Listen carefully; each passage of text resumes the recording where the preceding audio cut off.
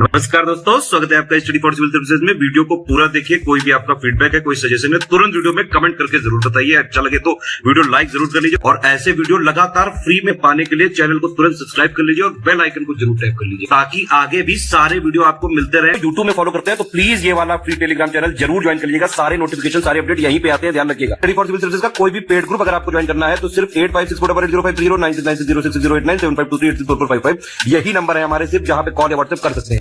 Instagram पे हमारा page जरूर फॉलो कर लीजिएगा, स्टडी फॉर सिविल .सर्विसेज है। ट्विटर पे हमको जरूर फॉलो कर लीजिएगा, @study for civils है। सारे क्वेश्चन अटेम्प्ट करिए और स्कोर अपना तुरंत कमेंट करके बताइए। नमस्कार दोस्तों, स्वागत है आपका स्टडी फॉर सिविल सर्विसेज में। पीटी एग्जामिनेशन की जो पेड क्विजेस हम लगातार देख रहे हैं, कंटिन्यू करेंगे उसको आज के फर्स्ट क्वेश्चन के साथ।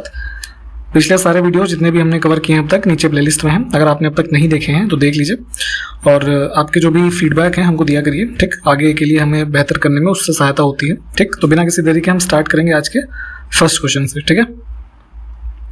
कहा जा रहा है कि हाल ही में जो हमारा क्रिकेट कंट्रोल बोर्ड है भारत का, बीसीसीआई है ना, तो इनका नया टाइटल स्पॉन्सर जो है कौन सी कंपनी बनी है, ठीक। तो रिसेंटली जो है, अभी तक हमारी जो है कंपनी जो है ना पेटीएम, ठीक, ये टाइटल स्पॉन्सर थी बीसीसीआई की। तो अब जो है जो मेंस और वुमेन्स दोनों टीम्स हैं, इसके जितने भी इंटरनेशनल मैच हैं और जितने भी डोमेस्टिक मैच हैं, वहाँ पे टाइटल स्पॉन्सर होगा मास्टर कार्ड, ठीक। जो ये डेबिट और क्रेडिट कार्ड जो आप यूज़ करते हैं तो वहाँ पे देखते हैं ना, जो ये हमारा पेमेंट गेटवे प्रोवाइडिंग कंपनीज होती हैं, जैसे मास्टर कार्ड, रुपे, वीज़ा, ये सब ना, तो मास्टर कार्ड जो है ये बन गया है टाइटल स्पॉन्सर। हाल ही में किस राज्य में देश के पहले जैव गांव यानी कि बायो विलेज को मान्यता दी गई, ठीक है। तो ये इनिशिएटिव है बेसिकली हमारा जो है त्रिपुरा स्टेट का। यहाँ का एक विलेज, जो पहला विलेज है जिसको रिकॉग्नाइज किया गया है एज अ बायो विलेज, उसका नाम है दसपारा करके है, ठीक। तो ये जो है पहला बायो विलेज बना है। बेसिकली बायो विलेज से कॉन्सेप्ट ये है कि पूरी तरीके से जो है एक नेचुरल लाइफ स्टाइल हो, फर्टिलाइजर्स का बिल्कुल ही ना यूज़ हो, यहाँ के जो फूड आइटम्स वगैरह हैं केमिकल का बिल्कुल यूज़ ना हो, सोलर एनर्जी वगैरह को अडॉप्ट करने की दिशा में। तो इस सब को जो है एक तरीके से समझिए तो ये सब हमारे कैरेक्टरिस्टिक्स हैं इसके बायो विलेज के, ठीक। तो यहाँ से ये ऑप्शन हमारा करेक्ट होगा और इसमें त्रिपुरा गवर्नमेंट ने जो है एम किया है लगभग 100 ऐसे बायो विलेज जो है इसको सेटअप करने का अपने स्टेट में, ठीक। पायस जैन और यशस्विनी घोरपड़े, ठीक है, ये दो प्लेयर्स के नाम है। तो इन्होंने अभी लायोस में जो है ये आयोजित हुआ है ना, Asian junior and cadet table tennis championship, ठीक। तो इसमें जो है इन्होंने कौन सा जो है ये जो मिक्स डबल का गेम्स होता है तो उसमें इन दोनों खिलाड़ियों ने खेला भारत की तरफ से, और कौन सा मेडल जीता है ये बताना है। तो इन्होंने यहाँ पे जो है गोल्ड मेडल जीता है, ऑप्शन ए। 8 सितंबर 2022 को भारत और जापान के बीच 2+2, ठीक है, तो मिनिस्ट्रियल लेवल यानी कि मंत्री स्तरीय जो है ये वार्ता होती है जिसमें रक्षा मंत्रालय और विदेश मंत्रालय के जो मंत्री होते हैं दोनों देशों की तरफ से, वो इसमें सम्मिलित होते हैं। तो इनकी जो है दोनों हमारे जो डिफेंस और एक्सटर्नल अफेयर्स के सेक्टर्स हैं उस पर चर्चाएं होती हैं। तो ये हुई है अभी हमारी जो है 8 सितंबर में, तो ये भी डेट ध्यान रखिएगा।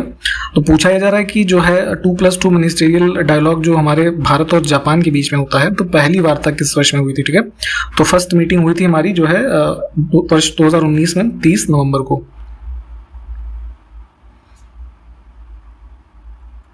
5 से 8 सितंबर 2022 को पूर्वी आर्थिक मंच यानी कि एक समूह है ईस्टर्न इकोनॉमिक फोरम, ठीक।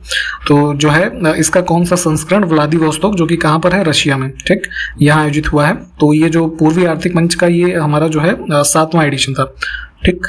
लोकेशन ध्यान रखिएगा, व्लादिवोस्तोक जो कि रशिया में है। हाल ही में भारतीय मूल की सुएला ब्रेवरमैन, ठीक है, इनको जो है किस देश का नया होम सेक्रेटरी नियुक्त किया गया है। तो ये जो है जैसे गृह मंत्रालय होता है तो वैसे ही एक तरीके से गृह मंत्रालय, मिनिस्ट्री ऑफ होम अफेयर्स जो यूके का है ना, तो वहाँ पे इनको होम सेक्रेटरी के रूप में नियुक्त किया गया है। जो है इंडियन ओरिजिन की है ये सुएला ब्रेवरमैन, तो डी ऑप्शन जो है इसको चूज करेंगे। देखिए अभी ब्रिटेन की महारानी का देहांत हुआ है, तो वहाँ से संबंधित जो लेटेस्ट फैक्ट्स हैं प्लीज उसको करंट अफेयर्स के रूप में ध्यान में रखिएगा, पूछा जा सकता है आपसे। हाल ही में किस भारतीय खिलाड़ी को FIH player of the year award के लिए जो है नॉमिनेट किया गया है भारत की तरफ से। तो FIH जो हमारा ये फेडरेशन ऑफ इंटरनेशनल हॉकी जो समूह है, तो हॉकी के जो है विश्व के प्लेयर ऑफ द ईयर के अवार्ड के लिए यहाँ पे नॉमिनेट किया गया है इनको, हरमनप्रीत सिंह को, ठीक। ये हमारी भारतीय हॉकी टीम के जो है वाइस कैप्टन है। Organization international desk constructors D automobiles, ठीक है, ये एक जो है ग्रुप का नाम है बेसिकली। तो इनकी अभी एक जो है लेटेस्ट रिपोर्ट आई है, तो उसके आंकड़ों के मुताबिक जो है भारत ने जर्मनी को पछाड़ करके कौन से नंबर का जो है सबसे बड़ा वाहन बाजार जो है बन गया है, ठीक है। तो 4 व्हीलर व्हीकल्स की अगर हम बात करें तो सबसे बड़ा मार्केट जो विश्व में हमारी रैंकिंग हो गई है, तो हमने जर्मनी को पीछे किया है। अब हम हो गए हैं चौथे सबसे बड़े मार्केट, ठीक, यूएस, जापान, चाइना के बाद अब चौथे पे हमें, 5वें पे जर्मनी हो गया। तो यहाँ से सी ऑप्शन को चूज करेंगे हम। ट्रांसफॉर्मिंग लिटरेसी लर्निंग स्पेस, ठीक है, ये देखिए थीम है, इसको प्लीज इंग्लिश में ही देखा करिए ज्यादातर। तो पूछा जा रहा है कि इस थीम के साथ जो अंतर्राष्ट्रीय साक्षरता दिवस यानी कि इंटरनेशनल लिटरेसी डे है ना, 2022 में मनाया गया, कब मनाया गया, तो ये होता है हमारा 8 सितंबर, यानी कि डी ऑप्शन। हाल ही में भोजपुरी लोक कलाकार जिनका नाम है रामचंद्र मांझी, इनका निधन हो गया है। तो पूछा जा रहा है कि इन्हें जो भारत सरकार के द्वारा पद्मश्री पुरस्कार से किस वर्ष में सम्मानित किया गया था। तो पद्मश्री इनको मिला था जो है 2021 में, ठीक, डी ऑप्शन हमारा करेक्ट हो जाएगा। बेसिकली जो हमारे ईस्टर्न यूपी और बिहार के रीजन में यहाँ पे आप देखते होंगे कि जैसे ऐसे डांस जिसमें जो लड़के होते हैं लड़कियों की तरीके कपड़े और मेकअप वगैरह करके डांस वगैरह करते हैं, ठीक है, तो उसके एक जो है ये काफ़ी अच्छे कलाकार थे और इन्हें जो है 2017 में जो संगीत नाटक अकेडमी का अवार्ड होता है उससे भी सम्मानित किया गया था।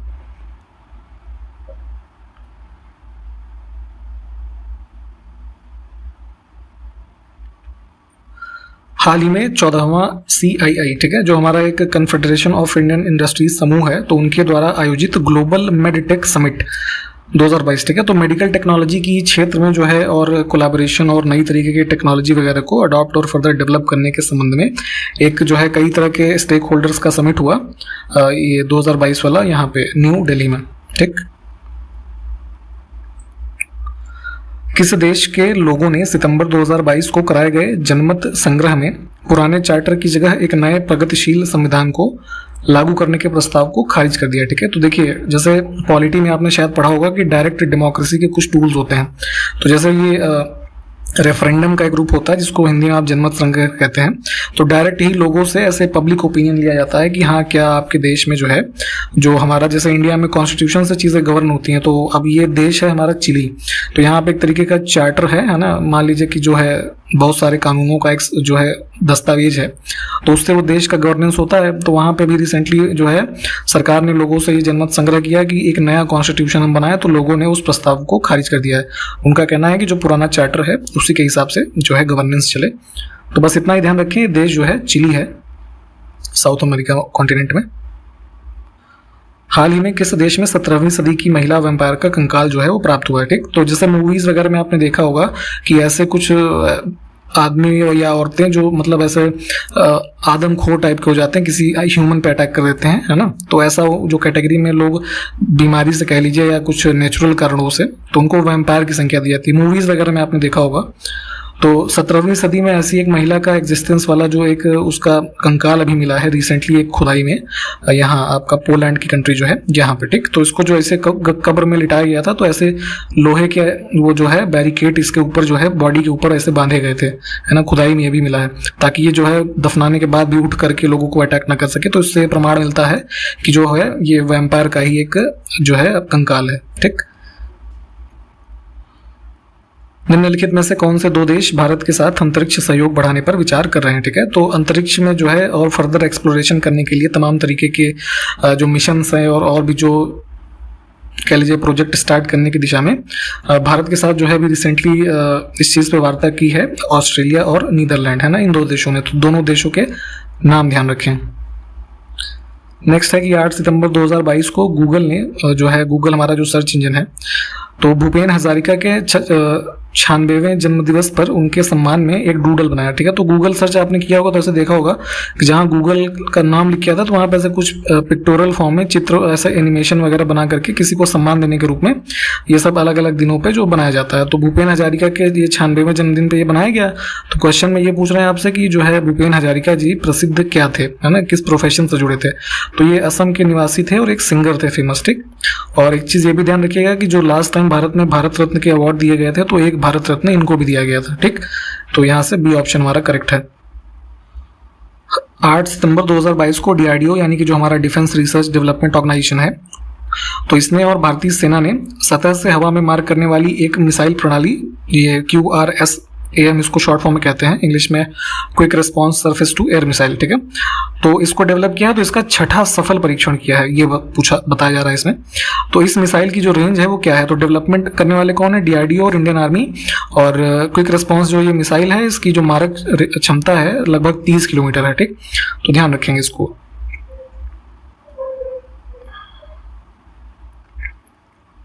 नीरज चोपड़ा जो उसमें टोक्यो ओलंपिक्स में जो उसमें थ्रो में भाला फेंक में गोल्ड मेडल जीते थे, तो उन्हीं के संबंध में क्वेश्चन और है कि 88.44 मीटर के एक बेस्ट थ्रो के साथ डायमंड लीग ट्रॉफी अभी हाल ही में हुई थी, इसको जीत लिया इन्होंने।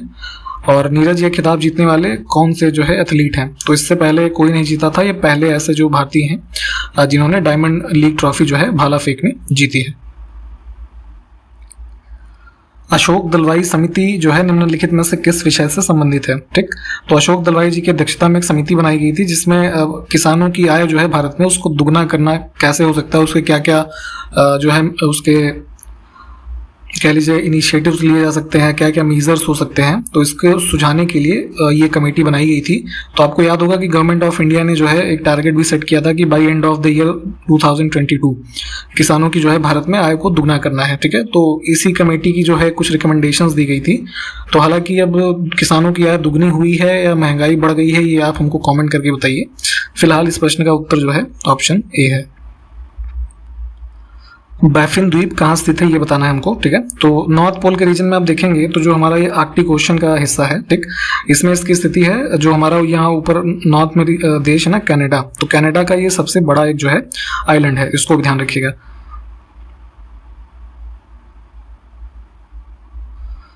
अगला है बायोस्फीयर रिजर्व यानी कि जो जैव आरक्षित क्षेत्र होते हैं। तो नीलगिरी जो है ये वन ऑफ द बिगेस्ट हमारा बायोस्फीयर रिजर्व है इंडिया का। तो इसका विस्तार जो है किस राज्य में नहीं है, ठीक है। तो साउथ इंडिया में आप देखिएगा तो इधर है केरल, इधर है ये तमिलनाडु और ये ऊपर से कर्नाटक का रीजन है, ठीक। तो इसका जो क्षेत्र है ये बीच में ही है, तीनों राज्यों को स्पर्श करता है ये, ठीक है। तो इसमें हमारा आंध्र प्रदेश जो है ये नहीं है, इसको हम चूज करेंगे। अगला देखिए मिंडानाओ द्वीप जो है ये कहाँ स्थित है, तो जापान के नीचे एक देश है फिलीपींस, आप जानते होंगे वर्ल्ड मैप में। तो वो किसके हिस्से में आता है, पैसिफिक ओशन है ना, प्रशांत महासागर, तो इसकी स्थिति वहीं पे है। सी ऑप्शन को हम चूज करेंगे। और एक चीज ये ध्यान रखिएगा कि जो है मिंडानाओ जो आइलैंड है इसको लैंड ऑफ प्रॉमिस भी कहा जाता है, ठीक है, द लैंड ऑफ प्रॉमिस। तो ये भी आपसे जो है पूछा जा सकता है, तो ध्यान रखें। ग्रीनलैंड विश्व का सबसे बड़ा द्वीप है, यह किस देश का एक हिस्सा है, ठीक। तो नॉर्थ पोल का, जैसे नॉर्दर्न हेमिस्फीयर में नॉर्थ पोल का रीजन आप देखते हैं आर्कटिक ओशन वाला, तो यहाँ पे एक टेरिटरी है आइलैंड जिसको बोलते हैं आप ग्रीनलैंड, ठीक। तो इस पे जो है टेरिटोरियल और जो है हक है किसका, डेनमार्क कंपनी का, ठीक है। तो ये इसी का हिस्सा है, हम ऑप्शन जो है डी को चूज करेंगे। अगला देखिए ह्वेन सांग जो है किसके शासनकाल में भारत आया था, ठीक है। तो एक चाइनीज पिलग्रिम था ये, और ये भारत में आया था जो है हर्षवर्धन के टाइम पीरियड पे। तो ऑप्शन हमारा ए जो है ये करेक्ट हो जाएगा। जो है बुद्धिज्म से काफी जुड़ा हुआ था ये, और लगभग 15 वर्षों तक ये भारत में रहा। और इसने अपने जो भी एक्सपीरियंस थे, एक पुस्तक लिखी थी इसने CU की, ठीक है, इसमें दर्ज की है। तो ये पुस्तक के बारे में पूछा था, तो इसका नाम ध्यान रखिएगा। अब हर्षवर्धन के जो है सन यानी कि पुत्र कौन कौन थे, तो ये वाग्यवर्धन और कल्याणवर्धन, ठीक है, ये दोनों ही थे। हम सी ऑप्शन को चूज करेंगे। नाम ध्यान रखिएगा। कुतुबुद्दीन ऐबक जो है किसका दास था इसमें से, ठीक। तो ये जो है हिस्ट्री में आपने पढ़ा होगा दिल्ली सल्तनत के टाइम पीरियड पे मोहम्मद गोरी का दास था ये। इल्तुतमिश का वजीर जो है कौन था, ठीक। तो सल्तनत काल में भी आप देखेंगे तो जैसे सुल्तान के बाद सबसे महत्वपूर्ण पोस्ट जो होती थी वजीर की होती थी, तो ये था जो है निजामुद्दीन जुनैदी, है ना। इल्तुतमिश ने किस विद्वान को संरक्षण दिया, ठीक है। तो इधर मामलूक वंश के जितने भी फैक्ट्स हैं इसको ध्यान में रखना है आपको, क्योंकि इससे भी क्वेश्चंस पूछे जाते हैं। तो अगर हम बात करें कि किन विद्वानों को इसने संरक्षण दिया था अपने जो है दरबार में शासनकाल में, तो मिन्हास उस सिराज और ये मलिक ताजुद्दीन, है ना, इन दोनों को। तो नाम ध्यान रखिएगा। दिल्ली सल्तनत के अंदर तुगलक वंश की स्थापना जो है किसने की थी, इसका नाम बताना है आपको, ठीक। तो फाउंडर ये था जो है गयासुद्दीन तुगलक। ऑप्शन हमारा बी जो है ये करेक्ट हो जाएगा। और ये भी ध्यान रखिएगा कि जो तुगलकाबाद सिटी थी उसका भी फाउंडर यही था। अब है कि इसी दिल्ली सल्तनत में ही सैयद वंश की स्थापना किसने की, तो यहाँ पे इसकी स्थापना की थी जो है खिज्र खान, यानी कि ऑप्शन डी इसने, ठीक, 1414 AD में।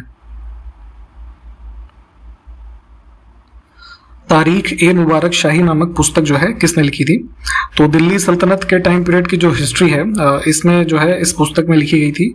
लेखक इसका जो था याहया बिन अहमद बिन अब्दुल्ला सरहिंदी, ये पूरा इसका नाम था।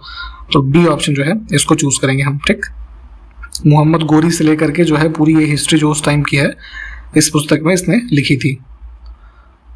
मुबारक शाह जो है गद्दी पर कब बैठा था, तो यही जो है आपका इसमें जो सैयद डायनेस्टी थी, तो खिज्र खान के बाद 1421 AD में मुबारक शाह जो है ये जो आता है शासन में। ऑप्शन सी को चूज करेंगे। 1434 तक ये रहता है, उसके बाद फिर देखेंगे तो मोहम्मद शाह आता है और उसके बाद लास्ट में अलाउद्दीन शाह, ठीक। तो ये कुछ इनका जो है क्रम था। अगला है कि हसन गंगू ने बहमनी राज्य की स्थापना कब की थी, किस वर्ष में, तो पूरा नाम था इसका अलाउद्दीन हसन गंगू, और यहाँ पर बहमनी डायनेस्टी के बारे में जो आप पढ़ते हैं इसकी स्थापना इसने की थी 1347 AD में। D option. दासों के लिए एक दीवान ए बंदगार नामक विभाग की स्थापना किसने की थी, तो यहाँ पे देखेंगे सल्तनत काल में भी कई तरीके के जो डिपार्टमेंट्स वर्तमान में आप जिनको जिस रूप में जानते हैं, तो यहाँ पे इस तरीके से इनकी स्थापना की जाती थी। तो जो दीवान ए बंदगान था इसमें कहा जाता था कि ये जो है स्लेव्स यानी दासों का एक विभाग होता था, जिसका फाउंडेशन किया था फिरोज शाह तुगलक, यानी कि सी ऑप्शन।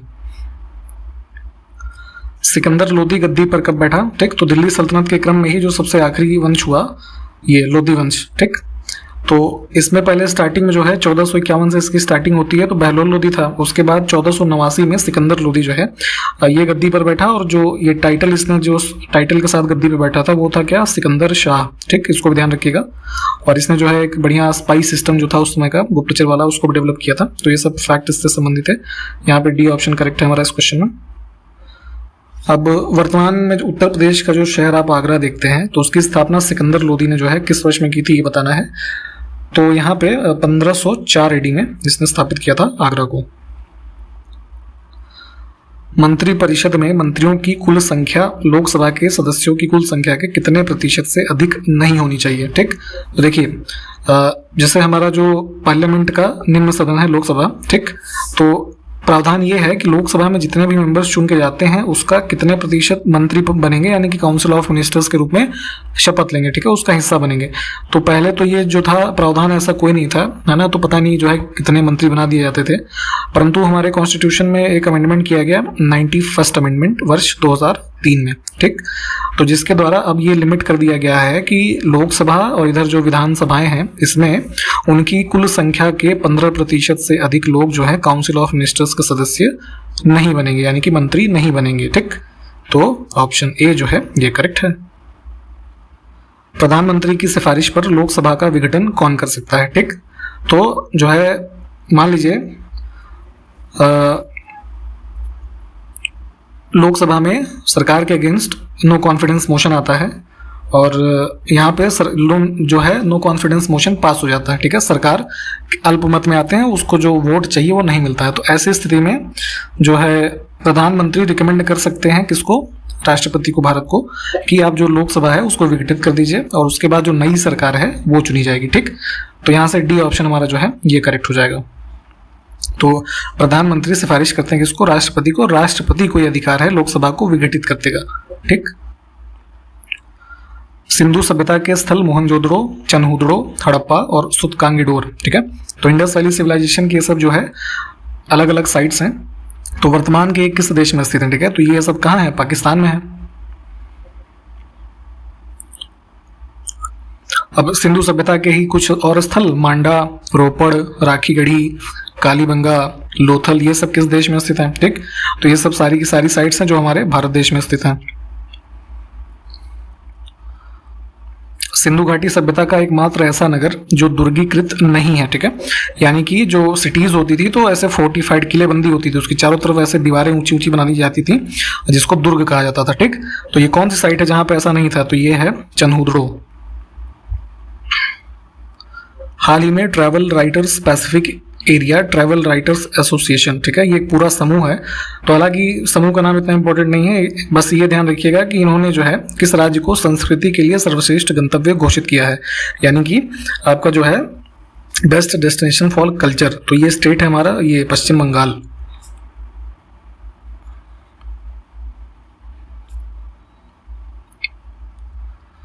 यूएनडीपी यानी कि जो यूनाइटेड नेशन डेवलपमेंट प्रोग्राम है, तो इसके द्वारा मानव विकास रैंकिंग यानी कि ह्यूमन डेवलपमेंट जो इंडेक्स है इसको जारी किया जाता है। तो अभी 2021 का इंडेक्स आया है अभी हाल ही में, तो इसमें कुल 191 देशों की रैंकिंग में भारत की रैंक क्या है, ठीक। तो इस वर्ष की जो रैंकिंग है हमारी 132वें रैंक पे है हम, ठीक। और इससे पहले जो पिछला वाला आया था तो उसमें जो है 189 देशों की कुल रैंकिंग हुई थी, जिसमें हम उस समय 131वें पे थे, ठीक। तो यहाँ पे एक स्थान की गिरावट हुई है। और एक चीज़ ये ध्यान रखें कि 2021 वाले में जो शीर्ष का देश है, ये भी कई बार पूछ लिया जाता है, तो स्विट्जरलैंड फर्स्ट पे है, फिर नॉर्वे है, फिर आइसलैंड है, ठीक। तो यहाँ से इन सब चीज़ों को भी ध्यान रखेंगे।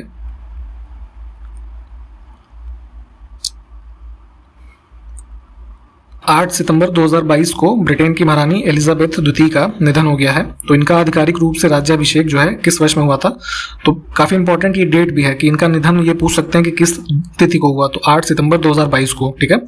और इनका जो क्वीन बनी थी, इनका जो राज्याभिषेक हुआ था, कोरोनेशन हुआ था, ये वर्ष 1993 में, यानी कि ऑप्शन ए। हाल ही में किस राज्य सरकार ने स्कूली बच्चों के लिए सेहत योजना का शुभारंभ किया है, ठीक है। तो आपको ये बताना है कि सेहत योजना का पर्पस क्या है, ठीक है, किस लिए इसको लॉन्च किया गया है। हालांकि लॉन्च किया गया है स्कूल जो गोइंग चिल्ड्रन है इनके लिए, परंतु एग्जैक्ट ऑब्जेक्टिव बताइए। इसको शुरू किया गया है हरियाणा स्टेट में। हाल ही में अखिल भारतीय फुटबॉल महासंघ यानी कि जो इंडिया का फुटबॉल फेडरेशन है, तो इसका जो एक पोस्ट होती है ना महासचिव की, यानी कि जनरल सेक्रेटरी, तो इसके लिए किसको चुना गया है, तो इस पे चुने गए हैं शाहजी प्रभाकरण, यानी कि सी ऑप्शन, ठीक। नाम ध्यान रखिएगा, नाम इंपॉर्टेंट है, ठीक। तो यहाँ पे सी ऑप्शन करेक्ट है। और इसी प्रश्न के साथ यहाँ पे ये वीडियो हम समाप्त करेंगे। सारे क्वेश्चंस को आप देखें और हमने जितने भी क्वेश्चंस आपसे पूछे हैं प्लीज़ उसका आंसर दिया करिए। हम आपसे इसी बात पे फिर नेक्स्ट वीडियो में मिलते हैं। तब तक के लिए नमस्कार, जय हिंद।